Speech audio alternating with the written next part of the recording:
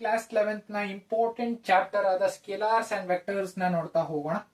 ಈ ಚಾಪ್ಟರ್ ಇರೋದು KCT ಮತ್ತೆ PU ಏನ್ ಎಕ್ಸಾಮ್ಸ್ ಗಳಿದಾವಲ್ಲ ಎರಡೂ ಎಕ್ಸಾಮ್ಸ್ ಗಳಿಗೆ ಈ ಚಾಪ್ಟರ್ ಬಹಳ ಇಂಪಾರ್ಟೆಂಟ್ ಆಗಿರುತ್ತೆ, right?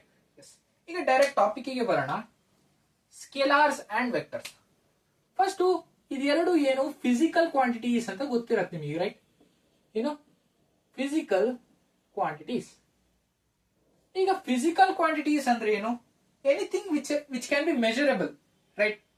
For example speed, velocity, distance, displacement, force, mass, all those are called as physical quantities.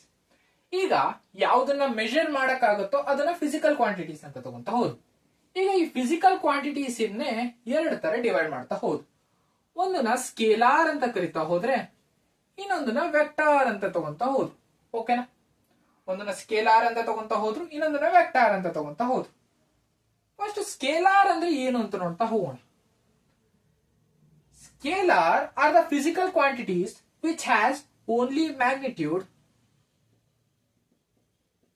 and no direction. Scalar quantities adu kuda ಒಂದು measurable quantity which has magnitude and no direction. ಅದಕ್ಕೆ ಯಾವುದೇ direction ಇರಲ್ಲ. ಅದೇ vector quantity ಅಂದ್ರೆ ಏನು? which has both magnitude and direction. Vector quantity ಅನ್ನೋದು those physical quantities which has magnitude and direction ಅಂತ ತಗೊಂತ ಹೋಗ್ತೀವಿ. ಇದನ್ನ ಅರ್ಥ ಮಾಡ್ಸಕ್ಕೆ ಫಾರ್ ಎಕ್ಸಾಂಪಲ್ ಸ್ಕೇಲಾರ್ ಕ್ವಾಂಟಿಟಿ ಅಂತ ತಗೊಂತ ಹೋಗ್ತೀವಿ. ಸ್ಕೇಲಾರ್ ಕ್ವಾಂಟಿಟಿಗೆ ಎಕ್ಸಾಂಪಲ್ ಮಾಸ್ ಅಂತ ತಗೊಂತ ಹೋಗೋದಾ? ಎಸ್. ಮಾಸ್ ಅಂದ್ರೆ ಏನು? ಫಾರ್ ಎಕ್ಸಾಂಪಲ್ ಈ ಪೆನ್ ಅನ್ನ ತಗೋಣ. ಈ ಪೆನ್ ಅನ್ನ ಒಂದು ಇದೊಂದು ವೇಯಿಂಗ್ ಮಿಷಿನ್ ಅಲ್ಲಿ ಇಟ್ಟಾಗ ಸಮಥಿಂಗ್ ವೇಟ್ ಅನ್ನ ತೋರಿಸುತ್ತೆ, ರೈಟ್? ಅವಾಗ ಮಾಸ್ ನ ಫೈಂಡ್ ಔಟ್ ಮಾಡಿದಾಗ ನಮಗೆ ಫಾರ್ ಎಕ್ಸಾಂಪಲ್ 10 ಗ್ರಾಮ್ಸ್ ಅಂತ ಬರುತ್ತೆ ಅಂತ ಕೊಡೋಣ. ಈ 10 ಗ್ರಾಮ್ಸ್ ಅನ್ನೋದು ನಮಗೆ ಯಾವ್ದಾದ್ರು ಡೈರೆಕ್ಷನ್ ನ ತೋರ್ಸತ್ತಾ? ಈ ಪೆನ್ 10 ಗ್ರಾಮ್ಸ್ ಇದೆ, 10 ಗ್ರಾಮ್ಸ್ ಅಷ್ಟೇ. It is an magnitude. ಆದ್ರೆ ವೆಕ್ಟಾರಿಗೆ ಎಕ್ಸಾಂಪಲ್ ಆಗಿ ಫಾರ್ ಎಕ್ಸಾಂಪಲ್ ವೆಲಾಸಿಟಿನ ತಗೊಳ್ಳೋಣ. ಏನು velocity? A man is running 10 kilometers per second at north direction. This is a vector quantity ಅಂತ ತಗೊಂತ ಹೋಗ್ತೀವಿ. ಹೇಗೆ? A man is running 10 kilometers per second velocity in north direction ಅಂತ ತಗೊಂತ ಹೋದಾಗ ಇಲ್ಲಿ ಮ್ಯಾಗ್ನಿಟ್ಯೂಡ್ ಕೂಡ ಇದೆ ಮತ್ತೆ ನಾರ್ತ್ ಅನ್ನುವ ಡೈರೆಕ್ಷನ್ ಕೂಡ ಇದೆ. ಅಲ್ಲಿಗೆ ಇದು ವೆಕ್ಟರ್ ಕ್ವಾಂಟಿಟಿ ಆಯ್ತು. ಇದು ಸ್ಕೇಲಾರ್ ಕ್ವಾಂಟಿಟಿ. ಯಾವುದಕ್ಕೆ ಮ್ಯಾಗ್ನಿಟ್ಯೂಡ್ ಮಾತ್ರ ಇದೆಯೋ ಅದನ್ನ ಸ್ಕೇಲಾರ್ ಕ್ವಾಂಟಿಟಿ ಅಂತ ಕರಿತಾ ಹೋಗ್ತೀವಿ. ಯಾವುದಕ್ಕೆ ಡೈರೆಕ್ಷನ್ ಮತ್ತೆ ಮ್ಯಾಗ್ನಿಟ್ಯೂಡ್ ಎರಡೂ ಕೂಡ ಇದೆಯೋ ಅದನ್ನ ವೆಕ್ಟರ್ ಕ್ವಾಂಟಿಟಿ ಅಂತ ತಗೊಂತ ಹೋಗ್ತೀವಿ. ಈಗ ಸ್ಕೇಲಾರ್ಗೂ ವೆಕ್ಟಾರಿಗೂ ಡಿಫ್ರೆನ್ಸ್ ಅರ್ಥ ಆಗಿದೆ, ರೈಟ್? ಸ್ವಲ್ಪ ಎಕ್ಸಾಂಪಲ್ಸ್ ಗಳನ್ನ ನೋಡ್ತಾ ಹೋಗೋಣ. ಇದರಿಂದ ಸ್ವಲ್ಪ ಕ್ಲಿಯರ್ ಆಗಿ ಅರ್ಥ ಆಗುತ್ತೆ ಸ್ಕೇಲಾರ್ ಮತ್ತೆ vector. For examples of scalar and vector quantity. ಈಗ examples of scalar and vector ನ ನೋಡ್ತಾ ಹೋದಾಗ ಸ್ಕೇಲಾರಿಗೆ ನೋಡ್ತಾ ಹೋಗೋಣ. ಮಾಸ್. ಈಗ ಯಾವ್ದಾದ್ರು ಆಬ್ಜೆಕ್ಟ್ ನ ವೇಟ್ ನ ಚೆಕ್ ಮಾಡ್ತಾ ಹೋಗ್ಬೇಕಾರೆ ಅದಕ್ಕೆ ಮ್ಯಾಗ್ನಿಟ್ಯೂಡ್ ಎಷ್ಟು ಕೆಜಿ ಅಂತ, ಎಷ್ಟು ಗ್ರಾಮ್ ಅಂತ, ಎಷ್ಟು ಮಿಲಿಗ್ರಾಮ್ ಅಂತ ಹೇಳತ್ತೆ ಬಿಟ್ರೆ ಅದಕ್ಕೆ ಡೈರೆಕ್ಷನ್ ಯಾವುದೇ ಇಲ್ಲ. ಅದಕ್ಕೆ it is an scalar quantity. ಅದಾದ್ಮೇಲೆ speed. A man is running 10 kilometers per second speed. ಆದ್ರೆ ಅಲ್ಲಿ ಯಾವುದೇ ಡೈರೆಕ್ಷನ್ ಇಲ್ಲ, ಬರೀ ಮ್ಯಾಗ್ನಿಟ್ಯೂಡ್ ಮಾತ್ರ ಹೇಳ್ತಿದ್ವಿ. ಆದ್ರಿಂದ speed is an also scalar quantity. ಅದಾದ್ಮೇಲೆ for example work is an scalar quantity. ಹೇಗೆ? if a work done by a body is 10 joules, then ಬರೀ ಮ್ಯಾಗ್ನಿಟ್ಯೂಡ್ ಇದೆ, ಯಾವುದೇ ಡೈರೆಕ್ಷನ್ ಇಲ್ಲ, ಆದ್ರಿಂದ ವರ್ಕ್ ಕೂಡ ಸ್ಕೇಲಾರ್ ಕ್ವಾಂಟಿಟಿ. ಈಗ ವೆಕ್ಟರ್ ಕ್ವಾಂಟಿಟೀಸ್ಗೆ ಎಕ್ಸಾಂಪಲ್ ನೋಡ್ತಾ ಹೋದಾಗ ವೆಲಾಸಿಟಿ, ಡಿಸ್ಪ್ಲೇಸ್ಮೆಂಟ್, ಅದಾದ್ಮೇಲೆ ಮತ್ತೆ ಯಾವ್ದಿದೆ, acceleration. These are vector quantities. ಮತ್ತೆ ಸ್ಕೇಲಾರ್ಗೆ ಡಿಸ್ಟೆನ್ಸ್. ಈಗ ಡಿಸ್ಟೆನ್ಸ್ ಅಂತ ತಗೊಂತ ಹೋದಾಗ ಈಗ ಪಾಯಿಂಟ್ ಎ ಇದೆ, ಪಾಯಿಂಟ್ ಬಿ ಇದೆ. ಈ ಪಾಯಿಂಟ್ ಇಂದ ಈ ಪಾಯಿಂಟ್ ಗೆ ಎಷ್ಟು ಡಿಸ್ಟೆನ್ಸ್ ಇದೆ ಅಂತ ಮೆಜರ್ ಮಾಡ್ತೀವಿ, ಕರೆಕ್ಟಾ? ಫಾರ್ ಎಕ್ಸಾಂಪಲ್ ಇದು 5 ಸೆಂಟಿಮೀಟರ್ ಅಂತ ತಗೊಂತ ಹೋಗೋಣ. ಇದು ಬರೀ ಮ್ಯಾಗ್ನಿಟ್ಯೂಡ್, ಯಾವುದೇ ಡೈರೆಕ್ಷನ್ ಹೇಳ್ತಿಲ್ಲ. ಆದ್ರಿಂದ ಈ ಡಿಸ್ಟೆನ್ಸ್ ಅನ್ನೋದು ಸ್ಕೇಲಾರ್ ಕ್ವಾಂಟಿಟಿಗೆ ಸಂಬಂಧಪಟ್ಟಿರೋದು. ಅದೇ ವೆಕ್ಟರ್ಸ್ ನೋಡ್ತಾ ಹೋದಾಗ displacement, A to B in north direction ಅಂತ ತಗೊಂತ ಹೋದ್ರೆ ಅಲ್ಲಿಗೆ ಡಿಸ್ಪ್ಲೇಸ್ಮೆಂಟ್ ಅಂದ್ರೆ ಏನು?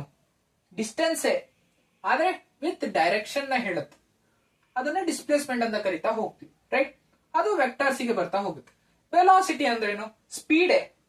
A man is running in 5 kilometre per second speed in north direction ಅಂತ ತಗೊಂತ ಹೋದ್ರೆ ಅದು ವೆಲಾಸಿಟಿ ಆಗ್ತಾ ಹೋಗುತ್ತೆ. Velocity is nothing but A speed which signifies the direction, so it is called vector quantity. ಅದಾದ್ಮೇಲೆ ಆಕ್ಸಲರೇಷನ್. ಈ ಟರ್ಮ್ಸ್ ಗಳು ಹೊಸದ್ ಬರ್ತಾ ಇರ್ಬೋದು, ಯಾಕೆ ನೀವು 10th ಅಲ್ಲಿ ಏನು ಮಗಪ್ ಮಾಡಿರ್ತೀರಾ, ನಿಮಗೆ ಕಾನ್ಸೆಪ್ಟ್ ಗಳು ಅರ್ಥ ಆಗಿರಲ್ಲ. ಆದ್ರೆ ಪ್ಯೂ ಲೆವೆಲ್ ನಲ್ಲಿ ನಾವು ಬರೀ ಡೆಫಿನಿಷನ್ ನ ಕಲ್ತ್ಕೊಂಡು ಹೋದ್ರೆ ಸಾಲಲ್ಲ, right? We should understand the concepts, right? ಆದ್ರಿಂದ ಬರೀ ಡೆಫಿನಿಷನ್ಸ್ ಗಳಿಂದ ಕೆಲಸ ನಡೆಯಲ್ಲ. ಈಗ ವೆಕ್ಟರ್ಸ್ ಮತ್ತೆ ಸ್ಕೇಲರ್ಸ್ ಮತ್ತೆ ಡೆಫಿನಿಷನ್ ಅರ್ಥ ಆಗುತ್ತಾಯ್ತಲ್ವಾ? ಸ್ಕೇಲರ್ಸ್ ಅಂದ್ರೆ ಅದಕ್ಕೆ ಕೇವಲ ಮ್ಯಾಗ್ನಿಟ್ಯೂಡ್ ಇರುತ್ತೆ, ವೆಕ್ಟರ್ಸ್ ಅಂದ್ರೆ ಅದಕ್ಕೆ ಮ್ಯಾಗ್ನಿಟ್ಯೂಡ್ ಮತ್ತೆ ಡೈರೆಕ್ಷನ್ ಎರಡೂ ಕೂಡ ಇರುತ್ತೆ. ಓಕೆನಾ? ಈಗ ವೆಕ್ಟರ್ಸ್ ನ ಮತ್ತೆ ಸ್ಕೇಲರ್ಸ್ ನ ಹೇಗೆ ನೋಟಿಫೈ ಮಾಡ್ತೀವಿ ಅಂದ್ರೆ, ಈಗ ಸ್ಕೇಲಾರ್ ಮತ್ತೆ ವೆಕ್ಟರ್ ನ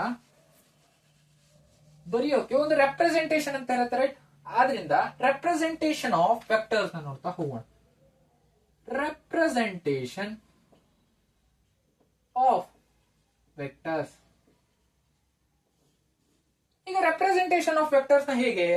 ಫಾರ್ ಎಕ್ಸಾಂಪಲ್, ಈಗ ಎ ಅನ್ನೋ ಒಬ್ಬ ಪರ್ಸನ್ ನಾರ್ತ್ ಡೈರೆಕ್ಷನ್ ಅಲ್ಲಿ 5 ಮೀಟರ್ ಡಿಸ್ಟೆನ್ಸ್ ನ ಕವರ್ ಮಾಡಿದಾನೆ. It is nothing but a displacement ಅಂತ ಕರಿತಾ ಹೋಗ್ತೀವಿ. ಇದೆಲ್ಲ ಡಿಸ್ಪ್ಲೇಸ್ಮೆಂಟ್, ಡಿಸ್ಟೆನ್ಸ್, ವೆಲಾಸಿಟಿ ಅನ್ನೋದೆಲ್ಲ ನಿಮಗೆ ನೆಕ್ಸ್ಟ್ ಕೈನಮ್ಯಾಟಿಕ್ಸ್ ಚಾಪ್ಟರ್ ಅಲ್ಲಿ ಬರ್ತಾ ಹೋಗುತ್ತೆ. ನಿಮಗೆ ಡಿಸ್ಟೆನ್ಸ್ ಅಂದ್ರೆ ಅರ್ಥ ಆಗತ್ತಲ್ಲ? ಈಗ ಡಿಸ್ಪ್ಲೇಸ್ಮೆಂಟ್ ಅಂದ್ರೆ ಏನಿಲ್ಲ, displacement is nothing but A distance with direction ಅಂತ ತಗೊಂತಾ ಹೋಗೋಣ, ರೈಟ್? ಡೈರೆಕ್ಷನ್, ಅದನ್ನ ನಾವು ಡಿಸ್ಪ್ಲೇಸ್ಮೆಂಟ್ ಅಂತ ಕರಿತಾ ಹೋಗ್ತೀವಿ. ಈಗ ಒಬ್ಬ ಪರ್ಸನ್ ಇದ್ದಾನೆ ಎ, ಈ covers 5 metre distance in north direction ಅಂತ ತಗೊಂತಾ ಹೋಗ್ತಾನೆ. ಇಟ್ ಇಸ್ ಏನಾಯ್ತು? ಇದು ವೆಕ್ಟರ್ ಕ್ವಾಂಟಿಟಿ ಆಯ್ತು.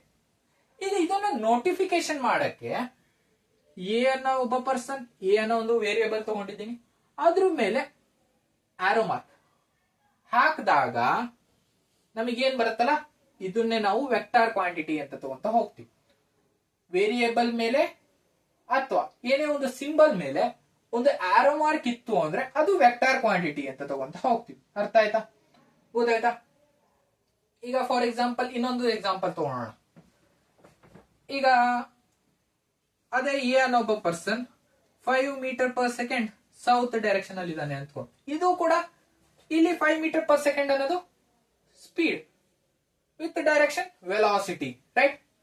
ಈಗ ವೆಲಾಸಿಟಿನ ವಿ ಅನ್ನೋ ಒಂದು ವೇರಿಯೇಬಲ್ ಮೇಲೆ ಆರೋ ಮಾರ್ಕ್ ಹಾಕಿದ್ರೆ ಇದು ವೆಕ್ಟರ್ ಆಗ್ತಾ ಹೋಗುತ್ತೆ. ಓಕೆನಾ? ಇದು ವೇರಿಯೇಬಲ್ ನ ಥ್ರೂ ಹೇಗೆ ಸಿಂಬಲೈಸ್ ಮಾಡ್ತೀವಿ ವೆಕ್ಟರ್ ಅನ್ನೋದು. ಈಗ ನಮಗೆ ಫಿಸಿಕಲ್ ರೆಪ್ರೆಸೆಂಟೇಷನ್ ನ ಬೇಕಾಗಿರುತ್ತೆ. ಅಂದ್ರೆ ಈಗ ಆರೋ ಮಾರ್ಕ್ಸ್ ನ ಯೂಸ್ ಮಾಡಿಕೊಂಡು ವೆಕ್ಟರ್ಸ್ ನ ಸಿಗ್ನಿಫೈ ಮಾಡಬಹುದು. ಹೇಗೆ? ಈ ಲೆಂತ್ ಆಫ್ ದ ಏನಿದೆಯಲ್ಲ ಅದು ಮ್ಯಾಗ್ನಿಟ್ಯೂಡ್ ನ ಡಿಫೈನ್ ಮಾಡುತ್ತೆ. ಫಾರ್ ಎಕ್ಸಾಂಪಲ್, ಪಾಯಿಂಟ್ ಎ ಇಂದ ಪಾಯಿಂಟ್ ಬಿ ಮತ್ತೆ ಡಿಸ್ಟೆನ್ಸ್ ಏನಿದೆ ಅಂದ್ರೆ 5 ಮೀಟರ್ ಇದೆ ಅಂತ ತಗೋಣ. ಈಗ ಏನಾಯ್ತು? ಇದು ಮ್ಯಾಗ್ನಿಟ್ಯೂಡ್ ಆಯ್ತಾ? ಈಗ ಇಲ್ಲಿ ಆರೋ ಮಾರ್ಕ್ ನ ಸಿಗ್ನಿಫೈ ಮಾಡ್ತು ಅಂದ್ರೆ ಡೈರೆಕ್ಷನ್.